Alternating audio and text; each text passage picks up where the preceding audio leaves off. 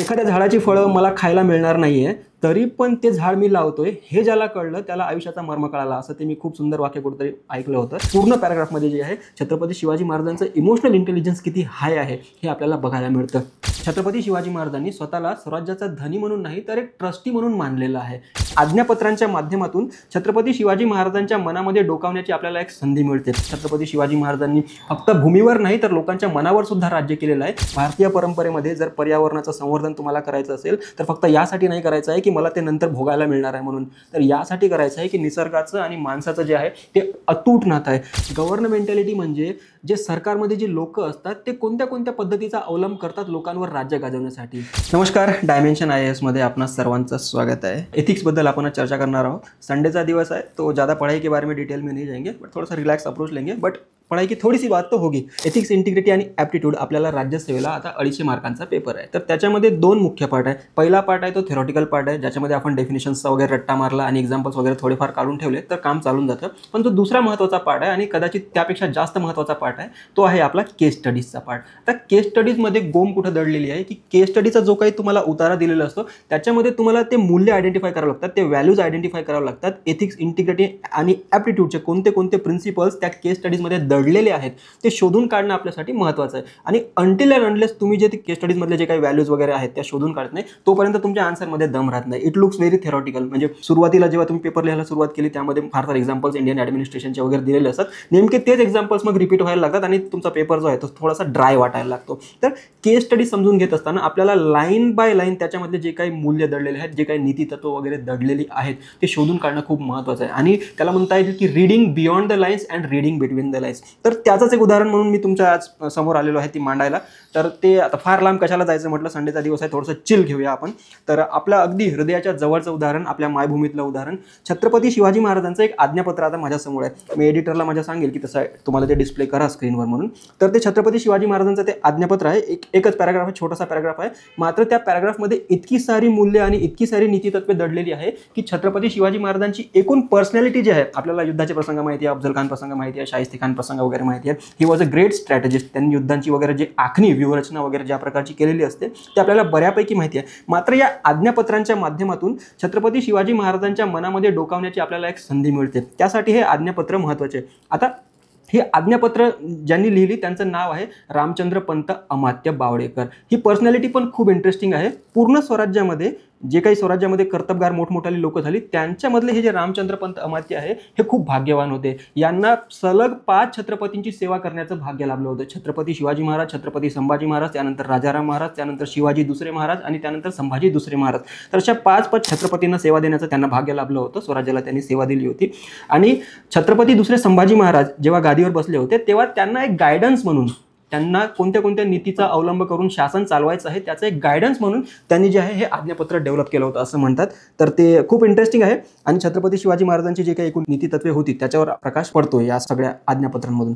तर ते खूप कर्तबगार पुरुष होते आणि स्वराज्याचा जेव्हा पडता काळ होता, खुद्द ताराराणींनी म्हटलेलं आहे की पडणारं स्वराज्य आहे ते रामचंद्र पंत अमात्य यांनी सावरलेलं आहे म्हणून. He was a man of intellect. ते खूप जिनियस होते, मिलिटरी स्ट्रॅटेजिस्ट होते. त्यांनी युद्धामध्ये वगैरे नेतृत्व केलेलं आहे, बऱ्याचशा युद्धाच्या प्रसंगी सैन्याचं वगैरे नेतृत्व केलेलं आहे. तो एक ओव्हरऑल पर्सनॅलिटी ज्यांना आपण म्हणतो की त्यांना सगळंच काही येतं आणि ते खूप स्ट्रॉंग पर्सनॅलिटी आहे, या प्रकारचं ते व्यक्तिमत्व आहे. आणि त्यांनी जे आहे छत्रपती शिवाजी महाराजांच्या सहवासामध्ये जे काही दिवस घालवले आहेत त्यावरून शिवाजी महाराजांनी कधी काही उद्गार वगैरे काढलेले आहेत त्या उद्गारांचं त्यांनी असं ते आज्ञापत्रांमध्ये लिहून ठेवलेलं आहे. आता हे जे आज्ञापत्र माझ्या समोर आहे त्याला बरेचसे जण म्हणतात की हे पर्यावरण संबंधी आज्ञापत्र आहे म्हणून. मात्र तुम्ही जर डिटेलमध्ये याचा अभ्यास केला तर हे पर्यावरणाच्या सुद्धा पलीकडे जाऊन बऱ्याचशा गोष्टींवर, स्वराज्याची प्रशासन व्यवस्था कशी होती, तत्व कोणती होती, ज्या तत्वांवर छत्रपती शिवाजी महाराजांनी फक्त भूमीवर नाही तर लोकांच्या मनावर सुद्धा राज्य केलेलं आहे, ही सर्व तत्व जी आहेत ती आपल्याला यामधून बघायला मिळतात. त्यातलं पहिलं वाक्य बघा, म्हणते यामध्ये की आरमारास तख्ते, सोट, डोलाच्या काठ्या आदी करून थोर लाकूड असावे लागते. म्हणजे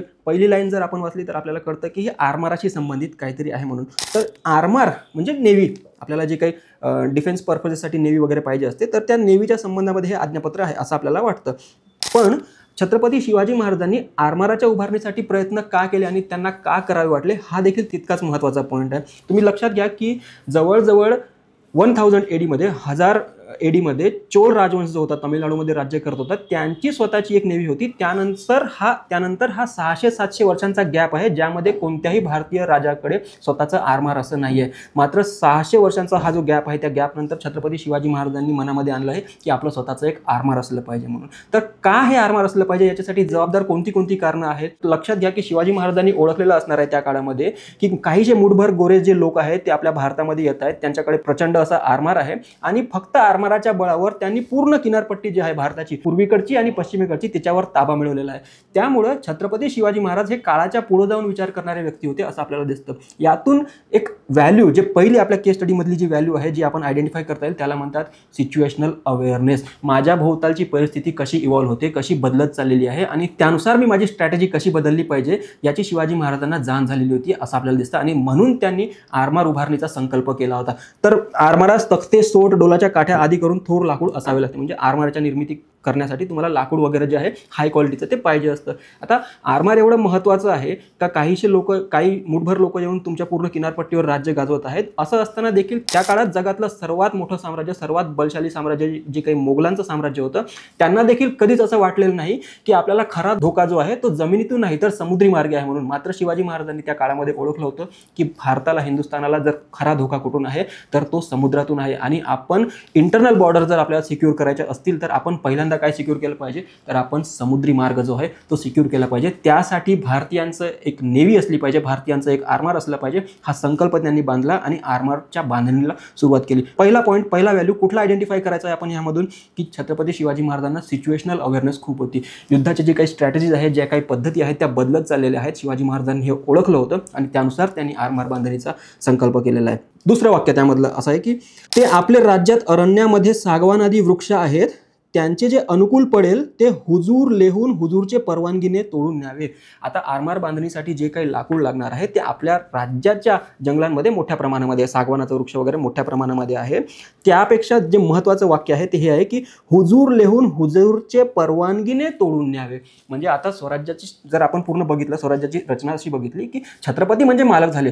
पूर्ण भूमीवर त्यांचं राज्य आहे, पूर्ण नद्यांवर त्यांचं राज्य आहे आणि पूर्ण जंगलावर ऑब्व्हियसली त्यांचं राज्य असणार आहे. असं असताना देखील त्यांनी म्हटलेलं आहे की स्वराज्याच्या बांधणीच्या कामासाठी, आरमाराच्या बांधणीच्या कामासाठी जर तुम्हाला काही संसाधन पाहिजे असतील तर ते हुजूरच्या परवानगीने लेखी रेकॉर्ड ठेवून तुम्ही घेऊन जायचं आहे. म्हणजे समजा एक्झाम्पल म्हणून की एखाद्या कंपनीचा मी मालक आहे तर मी सांगू शकतो ना की एखादी वस्तू घेऊन ये रे मला, आणि मला कशाला कुणाची परवानगी घ्यावी लागते. मात्र त्या काळामध्ये सुद्धा स्वराज्याचे धनी छत्रपती शिवाजी महाराज असताना सुद्धा त्यांनी सांगितलेलं आहे की स्वराज्याच्या कामासाठी लागणारं जे काही संसाधन आहे ते हुजूरच्या परवानगीने, म्हणजे जे कोणी तो मॅनेज करतोय त्याच्या परवानगीने रिटर्न रेकॉर्ड असेल तरच घेऊन जायचं. म्हणजे त्या गोष्टीची नोंद झाली पाहिजे. आता रिटर्न रेकॉर्ड हे कशासाठी महत्त्वाचं आहे? Because it ensures rule of law. कायद्याचं राज्य अस्तित्वामध्ये आणण्यासाठी हे जे रिटर्न रेकॉर्ड्स आहेत ते असणं महत्त्वाचं आहे. आता रिटर्न रेकॉर्ड आहे एखाद्या गोष्टीचं तुम्ही कोणते संसाधन वगैरे वापरले त्याचं रिटर्न रेकॉर्ड जर असेल तर यातून काय साध्य करता येतं? त्यातून ऑडिटिंग करता येते आणि त्यातून अकाउंटिंग करता येते. म्हणजे त्यामधून लेखापरीक्षण आपल्याला करता येतं, त्यामधून अकाउंटिंग करता येतं. ऑडिटिंग आणि अकाउंटिंग हे कुठं घेऊन जात असतं तर अकाउंटेबिलिटीकडे, म्हणजे जबाबदेहीकडे. स्वराज्याच्या उभारणीच्या कामामध्ये जर तुम्ही स्वराज्याचं संसाधन वापरत असाल तर ते किती प्रमाणामध्ये वापरलं गेलं आणि त्याचा उपयोग काय काय झाला हे मोजणं म्हणजे अकाउंटेबिलिटी इन्श्युअर करणं आणि ऑडिटिंग करणं. म्हणून स्वराज्याच्या संपत्तीचा अपव्यय होऊ नये, त्याची नासाडी होऊ नये यासाठी छत्रपती शिवाजी महाराजांनी सांगून ठेवलेलं आहे की मालक तर मीच आहे, माझीच सगळी भूमी आहे, तरीही माझ्या स्वराज्य संकल्पासाठी जे काही संसाधन लागते त्या सर्वाचं रेकॉर्ड असलं पाहिजे. कारण स्वराज्य should not be a loss making business. त्यातून प्रॉफिटच आलं पाहिजे. अशी ही शिवाजी महाराजांची संकल्पना आपल्याला यामधून बघायला मिळते. दुसरं वाक्य महत्त्वाचं आहे, या विरहित जे लागेल ते परमुलकीहून खरेदी करून आणीत जावे. म्हणजे स्वराज्यामध्ये जे काही लाकडं आहे ते जर कमी पडत असली किंवा तुम्हाला जर पाहिजे ती क्वालिटी भेटत नसली तर त्यासाठी जे तुम्हाला लाकडं पाहिजे आहे ते परमुलकीहून म्हणजे शेजारच्या राष्ट्रांमधून वगैरे तुम्ही विकत घेऊन आणायची आहे. म्हणजे स्वराज्यामध्ये आरमार असलं पाहिजे, हे आपली पहिली प्रायोरिटी झाली. जे काही स्वराज्याचं एंटरप्राइज आहे त्याची पहिली प्रायोरिटी आता कुठली आहे तर स्वराज्याच्या सीमा सुरक्षित करायच्या आहे, सागरी सीमा आपल्याला सुरक्षित करायच्या आहे आणि त्यासाठी आरमार आरमार उभारणी हे पहिली गरज आहे आपली. तर आरमार उभारणीसाठी जर तुम्हाला काही वस्तू सापडत नसतील, काही संसाधन सापडत नसतील, तर वाट न बघता शेजारच्या राष्ट्रांमध्ये, देशांमध्ये जिथं कुठं ते अवेलेबल आहे तिथून तुम्ही खरेदी करत आणायचं आहे. आता रिअल लाईफमध्ये आजच्या परिस्थितीमध्ये जर याचं आपण एक्झाम्पल बघितलं तर आज फ्युचरची इंडस्ट्री किंवा आजची पण इंडस्ट्री आपल्याला म्हणता येईल की ते कशावर आधारित आहे, तर लिथियम बॅटरीजवर आणि सेमीकंडक्टरवर आधारित आहे. आणि भारतामध्ये जी लिथियम इंडस्ट्री आहे ती ग्रोथ पकडत नाही आहे आणि फ्युचरची इंडस्ट्री जी आहे ते लिथियम ड्रिव्हन असणार आहे. मात्र आपल्याकडे जस्टिफिकेशन काय आहे की भारतामध्ये का सेमीकंडक्टर इंडस्ट्री ग्रो होत नाही आहे, बॅटरी इंडस्ट्री का ग्रो होत नाही आहे, तर त्यासाठी एकच कारण दिलं जातं की भारतामध्ये मुबलक प्रमाणामध्ये लिथियमचा साठा वगैरे नाही आहे म्हणून. हाच शिवाजी महाराजांचा विचार जर आज आपण अप्लाय केला तर बघतोय की भारतापेक्षा चीनने त्याच्यावर अंमल जास्त केलेला आहे. जगभरामध्ये जिथे कुठे लिथियमचे साठे आहेत तिकडे चीनने त्या खदानी विकत घेतलेल्या आहे, कॉन्ट्रॅक्टवर घेतलेले आहे आणि तिकडून लिथियमचा उपसा करून त्यावर प्रोसेसिंग वगैरे करून चीनमधली जी सेमीकंडक्टर इंडस्ट्री वगैरे आहे, बॅटरी इंडस्ट्री वगैरे आहे ती मोठ्या प्रमाणामध्ये डेव्हलप होते. आणि बघतोय की आज चीन जे काही वर्ष अगोदर भारताच्या बरोबरच होतं आज ते थेट अमेरिकेला टक्कर देत आहे. कारण छत्रपती शिवाजी महाराजांचे विचार जे आहेत त्यावर चीन अंमलबजावणी करताना आपण बघतोय. मात्र भारताला सुद्धा आज पाहिजे की जिथं कुठं लिथियमच्या माइन्स वगैरे आहेत तिकडे आपला सुद्धा स्टेक डेव्हलप व्हावा आणि जी पुढची इंडस्ट्री आहे, जे पुढचं फ्युचर आहे ते पूर्ण लिथियम बेस्ड असणार आहे. तर त्यावेळी शिवाजी महाराजांनी प्रायोरिटी ओळखली होती की आरमार ही आपली पहिली प्रायोरिटी आहे, आरमार आपलं बनलंच पाहिजे. त्यासाठी त्या काळामध्ये जे काही संसाधन अवेलेबल आहे ते जगात जिथे मिळेल तिथून आपण घेतलं पाहिजे ही शिवाजी महाराजांची प्रायोरिटी होती आणि त्यानुसार अंमल करण्याची गरज आहे. पुढचं वाक्य बघूया आपण. स्वराज्यातील आंबे, फणस आदी करून हेही लाकडे आरमाराच्या प्रयोजनाची, परंतु त्यास हात लावू न द्यावा. स्वराज्यामध्ये आंबा आणि फणस ही जी काही झाडं आहेत त्याच्या लाकडाचा सुद्धा आरमाराच्या बिल्डिंगसाठी, बांधणीसाठी वापर होऊ शकतो. मात्र शिवाजी महाराजांनी दंडक घालून दिलेला आहे की त्याला तुम्ही हात लावता कामा नये. कारण आंबा आणि फणस ही जी काही झाडं आहेत ते खाण्यासाठी सुद्धा वापर होत असतो. आरमारासाठी त्याचा वापर आहेच, मात्र खाण्यासाठी सुद्धा त्याचा वापर आहे. आणि जेव्हा आरमार बिल्डिंग ही आपली प्रायोरिटी आहे त्यावेळेस आपल्याला खाण्याचा तुटवडा निर्माण होईल असं कोणतंही कृत्य आपल्या हातून घडता कामा नये हा शिवाजी महाराजांनी नियम सांगून दिलेला आहे. आरमार तर बनवायचंच आहे, त्यासाठी लागणाऱ्या जे काही वस्तू आहेत त्या तुम्ही बाहेरून मागवायच्याच आहे. मात्र स्वराज्यामधले जे काही फळदार वृक्ष आहेत त्यांची कत्तल तुम्ही करता कामा नये असा शिवाजी महाराजांनी इथं नियम सांगून दिलेला, असा दंडक त्यांनी घालून दिलेला आहे. पुढचं वाक्य पुन्हा महत्त्वाचं आहे. परंतु त्यास हात लावू न द्यावा. काय म्हणून की ही झाडे वर्षा 2 वर्षांनी होतात ऐसे नाही, रयतेने ही झाडे लावून लेकरांसारखी बहुत काळ जतन करून ठेवलेली आहे. शिवाजी महाराज म्हणतात की हे आंबा आणि फणसाची ही काही झाडे जे आहेत ते वर्षा 2 वर्षांनी होतात, मोठी होतात असं नाही आहे. आणि रयतेने लेकरांसारखी, आपल्या मुलाबाळांसारखी ही जी झाडं आहेत ते वर्षानुवर्ष जतन करून ठेवलेली आहे. कुठेतरी कधी वाचनामध्ये किंवा ऐकण्यामध्ये माझं असं आलं होतं की एखाद्या झाडाची फळं मला खायला मिळणार नाही आहे तरी पण ते झाड मी लावतोय हे ज्याला कळलं त्याला आयुष्याचा मर्म कळाला, असं ते मी खूप सुंदर वाक्य कुठेतरी ऐकलं होतं. तर तसं हे जे रयतेमधली ही जी काही भावना आहे की त्यांनी लेकरांसारखी आपली जी झाडं आहेत ती जतन करून ठेवलेली आहे आणि म्हणून त्या झाडांची कत्तल करता कामा नये असं शिवाजी महाराजांनी तिथे सांगून ठेवलेलं आहे. तर इकॉलॉजिकल अँगल आपल्याला यामध्ये बघायला मिळत असतो. इकॉलॉजिकल कन्झर्वेशनच्या, एन्व्हायरमेंटच्या कन्झर्वेशनच्या आपल्याला बघता येईल की 2 प्रवाह आहेत जगामध्ये. एक तर पाश्चात्य प्रवाह आहे आणि एक भारतीय प्रवाह आहे. तर पाश्चात्य प्रवाह काय सांगतो, वेस्टर्न आयडिओलॉजीज, वेस्टर्न थिंकर्स काय सांगतात की तुम्ही पर्यावरणाचं संवर्धन केलं पाहिजे. तर कशासाठी केलं पाहिजे, कारण पर्यावरणामध्ये, निसर्गामध्ये काही युटिलिटी आहे, त्यातलं संसाधन तुम्हाला वापरता यावं आणि बहुत काळ वापरता यावं. It should be sustainable. तर बहुत काळ वापरता यावं म्हणून तुम्ही त्याचं संवर्धन केलं पाहिजे, हा जो आहे पश्चिमातला विचार आहे. मात्र भारतीय विचार काय, जसं की तुकाराम महाराजांनी सांगून ठेवलंय की वृक्षवल्ली आम्हा सोयरे वंसरे. तर हा जो विचार आहे आपल्याला या वाक्यामध्ये बघायला मिळतोय की थेट निसर्गाशी नातं जे आहे माणसाचं ते जोडलेलं दाखवलेलं आहे. भारतीय परंपरेमध्ये जर पर्यावरणाचं संवर्धन तुम्हाला करायचं असेल तर फक्त यासाठी नाही करायचं आहे की मला ते नंतर भोगायला मिळणार आहे म्हणून, तर यासाठी करायचं आहे की निसर्गाचं आणि माणसाचं जे आहे ते अतूट नातं आहे. ह्यानंतरची किंवा पुढची जरी परंपरा जर आपण बघितली, अगदी चिपको आंदोलन जरी आपण बघितलं, राजस्थानमध्ये बिश्नोई लोकांनी खेजरीच्या झाडांना वाचवण्यासाठी जे काही आंदोलन केलं होतं त्यामध्ये त्यांचं हेच म्हणणं होतं, त्यांनी हेच सांगितलं होतं की हे जे काही निसर्गामधले जे काही उपलब्ध संसाधन आहे किंवा झाडं वगैरे आहे यांच्याशी आमचं नातं आहे म्हणून, घट्ट नातं आहे म्हणून, आणि म्हणून त्यांची कत्तल नाही झाली पाहिजे. तर एक ईस्टर्न थॉट आहे, एक वेस्टर्न थॉट आहे.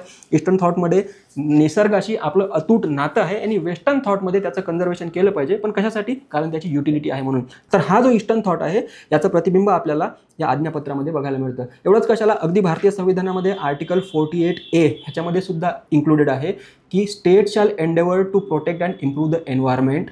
म्हणजे राज्याचं हे कर्तव्य आहे, डिरेक्टिव्ह प्रिन्सिपल्स ऑफ स्टेट पॉलिसीमध्ये सांगून ठेवलेलं आहे की राज्याचं कर्तव्य आहे की राज्याने पर्यावरणाचं संवर्धन केलं पाहिजे आणि त्याचं जतन केलं पाहिजे. आता छत्रपती शिवाजी महाराजांनी हा जो विचार सांगितलेला आहे पर्यावरणाचं जतन झालं पाहिजे, हाच विचार अगदी 42व्या घटनादुरुस्तीमध्ये भारतीय संविधानामध्ये समाविष्ट केला गेलेला आहे. आणि शिवाजी महाराजांच्या अगोदर एक 20-30 वर्ष अगोदर तुकाराम महाराजांनी सुद्धा सांगून ठेवलेलं आहे की वृक्षवल्ली आम्हा सोयरे वंचरे म्हणून, कारण निसर्गाशी आपलं अतूट नातं आहे आणि म्हणून निसर्गाचं जतन केलं पाहिजे, असा हा विचार आपल्याला यामधून बघायला मिळतो. तर हे जे व्हॅल्यूज आहे, जसं मी आयडेंटिफाय करत चाललेलं आहे की एक व्हॅल्यूज, तसंच तुम्ही तो जो एथिक्स केस स्टडी मधला जो पॅराग्राफ आहे त्यामधल्या व्हॅल्यूज आयडेंटिफाय करायचे असतात आणि नंतर जेव्हा तुम्ही आन्सर रायटिंगला सुरुवात करता तर हे एक व्हॅल्यू त्यामध्ये रिफ्लेक्ट झाली पाहिजे. ही एक व्हॅल्यू जशी रिफ्लेक्ट होत गेली तर वाचणाऱ्याला सुद्धा ते खूप एंगेजिंग वाटतं आणि त्याचा इंटरेस्ट डेव्हलप होतो की हा जी कोणी पेपर लिहिलेला आहे ही व्यक्ती थोडीशी मॅच्युअर आहे असं त्याला ते जाणून द्यायचं असतं. आपण पुढचं वाक्य आपण बघूया. लेकरांसारखी बहुत काळ जतन करून वाढविली आहे, ती झाडे तोडल्यावरी त्यांचे दुःखास पारावर काय.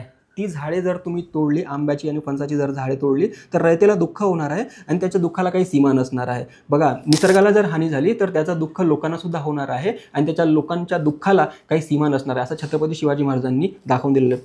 तर याच्यामधला व्हॅल्यू कोणती आयडेंटिफाय करायची आहे की सेन्सिटिव्हिटी. छत्रपती शिवाजी महाराजांना कोणत्याही परिस्थितीमध्ये लोकांना दुःख द्यायचं नाही आहे, हा जो सेन्सिटिव्हिटीचा व्हॅल्यू आहे हा यामधून आपल्याला आयडेंटिफाय करायचा आहे. पुढचं वाक्य बघूया. एखास दुःख देऊन जे कार्य करीन म्हणेल ते कार्य करणारा सहित स्वल्प काळेच बुडून नाहीसे होतेच.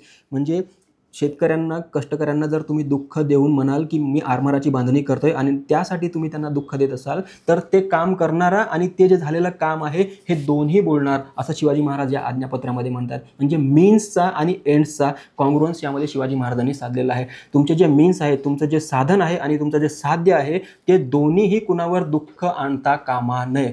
फॉर एक्झाम्पल तुम्हाला जर सांगायचं झालं की पाकिस्तानची निर्मिती जेव्हा झाली होती तर ते हिंदू देशावर झाली होती. पाकिस्तानचे जे कोणी प्रपोनंट होते, जे कोणी प्रवर्तक होते, त्यांनी सांगायला सुरुवात केली होती की आपण ही दोन वेगळी राष्ट्र आहोत.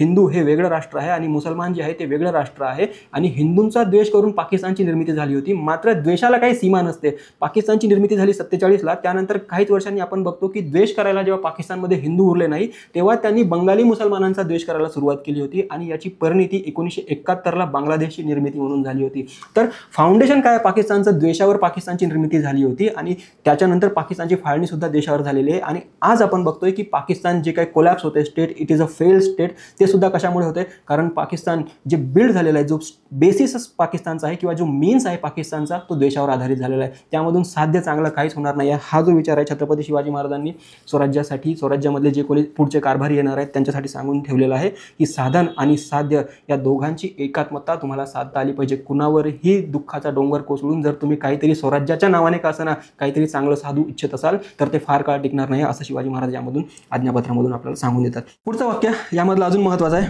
किंबहुना धन्याचेच पदरी प्रजा पीळपणाचा दोष पडतो. म्हणजे शिवाजी महाराजांच्या वतीने जे कोणी कारभार लोक करत आहेत, शिवाजी महाराजांचे अधिकारी आहेत, ते जर रयतेला त्रास देऊन सांगत असतील की आम्ही स्वराज्याच्या आरमाराच्या उभारणीसाठी हे काम करतोय तर त्या सर्व दुःखाचा जो दोष आहे हा शिवाजी महाराजांवर जाणार आहे.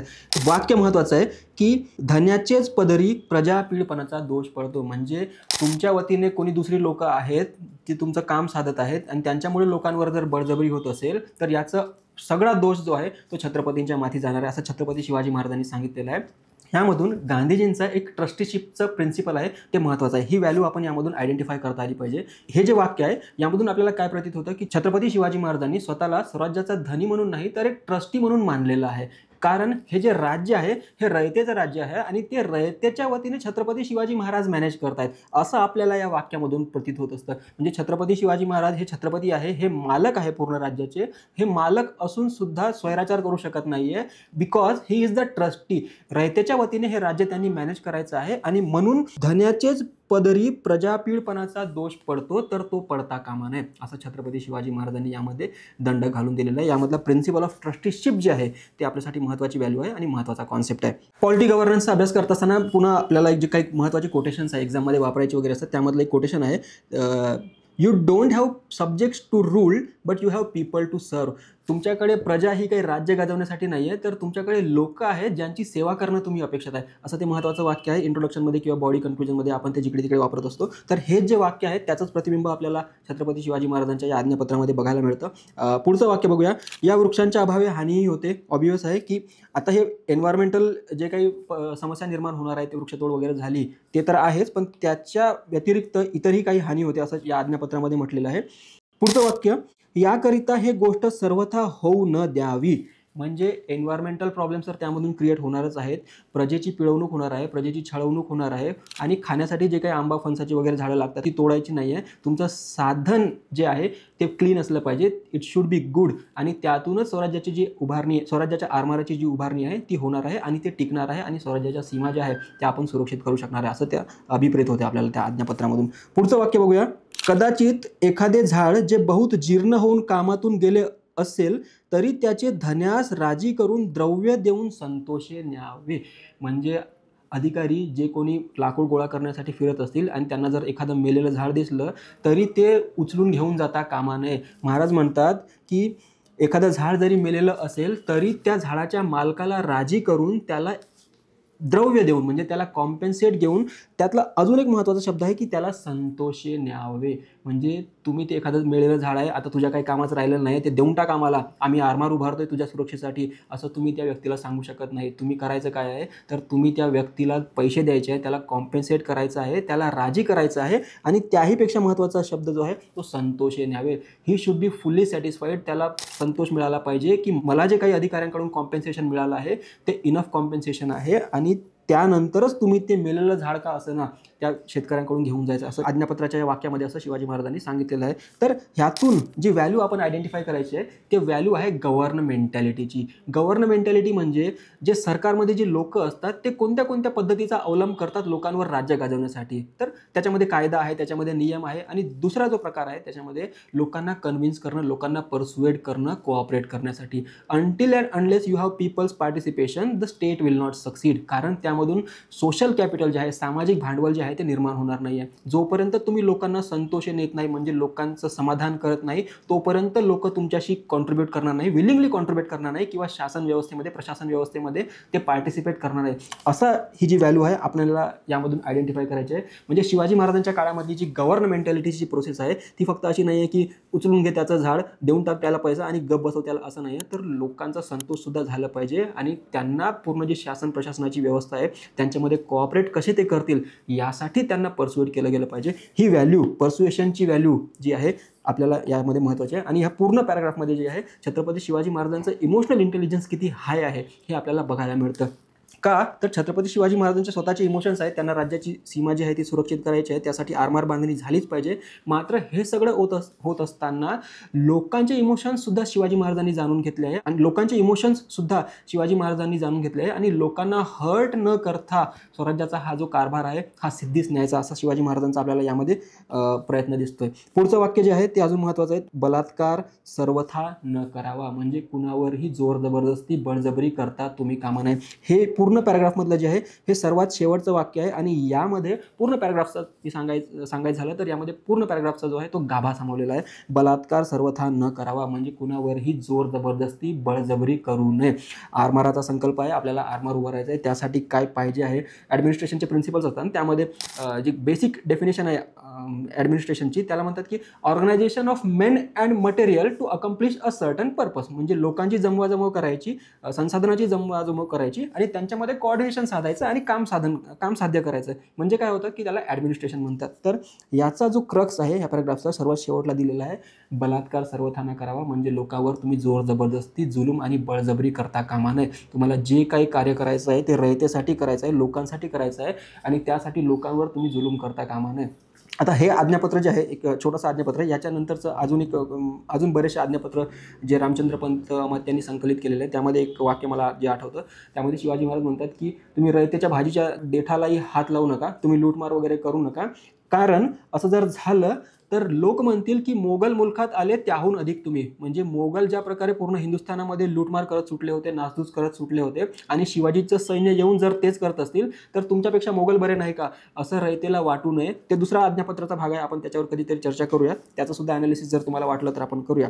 तर शिवाजी महाराजांनी हा दंड घालून दिलेला आहे की मोगलांचं जे राज्य आहे त्याच्यापेक्षा आपलं राज्य जे आहे, स्वराज्याचं राज्य, हे काहीतरी वेगळं आहे. आणि ही जे वाक्य आहे बलात्कार सर्वथा न करावा, जोर जबरदस्ती करू नये, हे त्याचंच प्रतिबिंब आहे. लोकांवर कोणत्याही परिस्थितीमध्ये अन्याय अत्याचार करता कामा नये आणि लोकांना गव्हर्नन्सच्या प्रोसेसमध्ये आपण सामावून घ्यायचं आहे, एवढा हा असा विचार आहे. तर हे बघायला झालं तर एक पूर्ण वाचायला हार्डली आपल्याला अर्धा मिनिट लागेल. मात्र याचा ॲनालिसिस जर आपल्याला करायचं झालं तर थोडासा वेळ जातो. आणि हे कंटिन्यू जर तुम्ही अशी प्रॅक्टिस केली तर यामधून वाक्यामधल्या जे काही व्हॅल्यूज दडलेले आहेत, जे काही छत्रपती शिवाजी महाराजांची नीतितत्व वगैरे दडलेले आहेत, ते तुम्हाला लवकर शोधून काढता येतील.